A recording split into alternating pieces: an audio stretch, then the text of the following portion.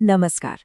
अच्छा, कभी सोचा है कि इलेक्शन कमीशन को ये कैसे पता चलता है कि कौन 18 साल का हो गया या कौन अपना शहर छोड़कर कहीं और चला गया है? इसका जवाब है विशेष गहन पुनरीक्षण, यानी SIR। और देखिए, ये कोई मामूली वोटर लिस्ट अपडेट नहीं है, बल्कि ये एक पूरे मिशन की तरह होता है। तो चलिए आज इसी को जरा गहराई से समझते हैं। सवाल बिल्कुल सीधा है, पर इसका जवाब हमारे लोकतंत्र के लिए बहुत ज्यादा मायने रखता है। सोचिए, एक चुनाव की पूरी प्रक्रिया इसी एक डॉक्यूमेंट की सटीकता पर टिकी होती है। अगर ये लिस्ट ही सही नहीं है तो चुनाव की निष्पक्षता पर सवाल उठना तो जाहिर है। अब इस लिस्ट की सबसे बड़ी दिक्कतों में से एक है जिसे कहते हैं घोस्ट वोटर्स। ये वो नाम है जो अब उस पते पर मौजूद ही नहीं है। हो सकता है उनकी मृत्यु हो चुकी हो या वो कहीं और शिफ्ट हो गए हों, लेकिन उनका नाम लिस्ट में चलता रहता है। असल में यही वो सबसे बड़ी प्रॉब्लम है जिसे SIR हल करने की कोशिश करता है। तो आज हम इन सभी पॉइंट्स पर एक एक करके नजर डालेंगे। पहले समझेंगे कि असल में समस्या है क्या, फिर देखेंगे कि चुनाव आयोग इसका क्या समाधान निकालता है, और सबसे जरूरी, इसमें हम सबकी क्या भूमिका है। तो चलिए शुरू करते हैं पहले पॉइंट से। सबसे पहले ये समझते हैं कि वोटर लिस्ट में आखिर ये गड़बड़ियां आती कहां से हैं। देखिए, एक साफ सुथरी वोटर लिस्ट, आप कह सकते हैं, किसी भी हेल्थी डेमोक्रेसी की एकदम जड़ होती है, और इसमें अगर कोई भी दिक्कत आती है तो वो पूरे सिस्टम को कमजोर कर सकती है। तो ये कुछ बड़ी चुनौतियां हैं। अब देखिए, घोस्ट वोटर्स और डुप्लीकेट नामों से क्या होता है। फर्जी वोटिंग का दरवाजा खुल जाता है। गलत जानकारी की वजह से कई बार लोग अपने सही पोलिंग स्टेशन तक पहुंच ही नहीं पाते। और सबसे बड़ी बात, जो युवा पहली बार वोट डालने के लायक हुए हैं, अगर उनका नाम ही लिस्ट में ना हो तो वो अपने सबसे बड़े लोकतांत्रिक अधिकार से ही वंचित रह जाते हैं।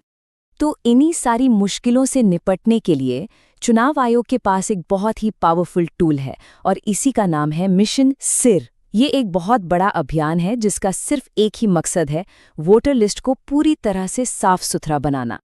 तो ये SIR असल में है क्या चीज़?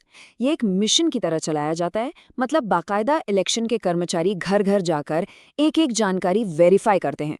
और ये तब होता है जब कमीशन को लगता है कि जो नॉर्मल सालाना अपडेट्स हैं वो काफ़ी नहीं है, और अब एक बड़े लेवल पर सफाई की ज़रूरत है। अच्छा, तो इसे लेकर कुछ ज़रूरी बातें समझ लेते हैं। कौन करता है ये?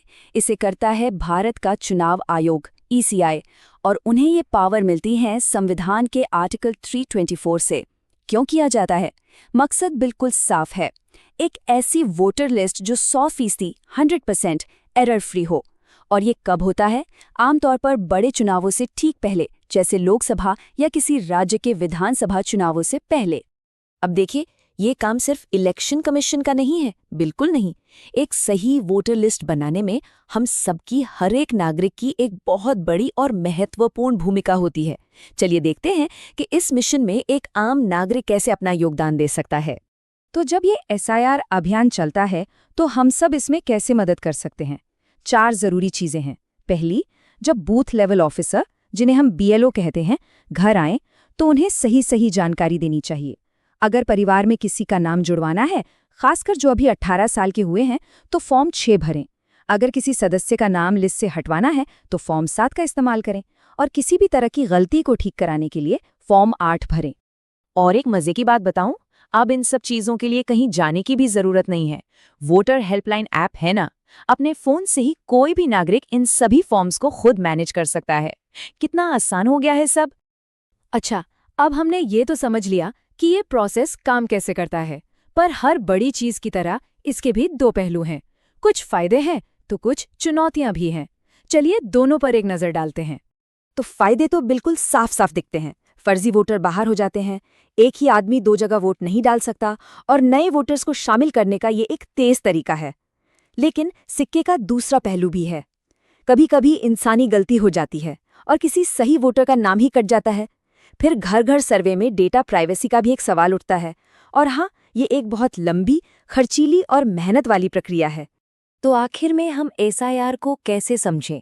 इसका सबसे अच्छा तरीका है इसे हमारे लोकतंत्र की क्लीनिंग सर्विस की तरह देखना। और ये बात बिल्कुल 16 आने सच है। जैसे घर को साफ रखना जरूरी होता है, वैसे ही लोकतंत्र को चलाने के लिए वोटर लिस्ट का साफ होना जरूरी है। सोचिए, अगर लिस्ट में ही गड़बड़ होगी तो सही सरकार कैसे चुनी जाएगी? नामुमकिन है। तो यहाँ सबसे बड़ा टेकअवे क्या है? यही कि ये जिम्मेदारी सिर्फ चुनाव आयोग की नहीं है, ये एक साझा जिम्मेदारी है, आयोग की और हम सब नागरिकों की। एक जागरूक नागरिक के तौर पर ये हम सबका फर्ज है कि हम भी इसमें अपना योगदान दें। तो जाते जाते ये सवाल हम सबके लिए है, क्या वोटर लिस्ट में हमारा नाम, हमारा पता, सब कुछ सही है?